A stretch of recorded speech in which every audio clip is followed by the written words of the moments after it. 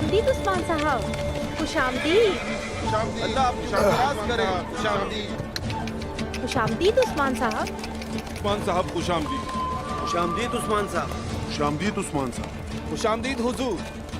Kunduz भाई, मैं सरदारों से बात करना चाहता हूँ। जो आपका हुक्म। बायसुंगुर। दौरान सिपाही। हुजूर। तुम्हारी वजह से दौरान तो गाय को सजा देकर हमने इंसाफ का बोलबाला किया। शुक्रिया हुजूर। आपके साथ लड़ना और शहीद होना मेरी आरजू है। हाँ शुक्रिया, हाँ शुक्रिया। तुमने कहा था ये कुछ नहीं कर सकता, लेकिन इसने तमाम अफरा तफरी में तो गाय को पकड़ लिया माशाल्लाह। और हाँ, मेरे सरदार ने वही दिया जिसका हकदार था।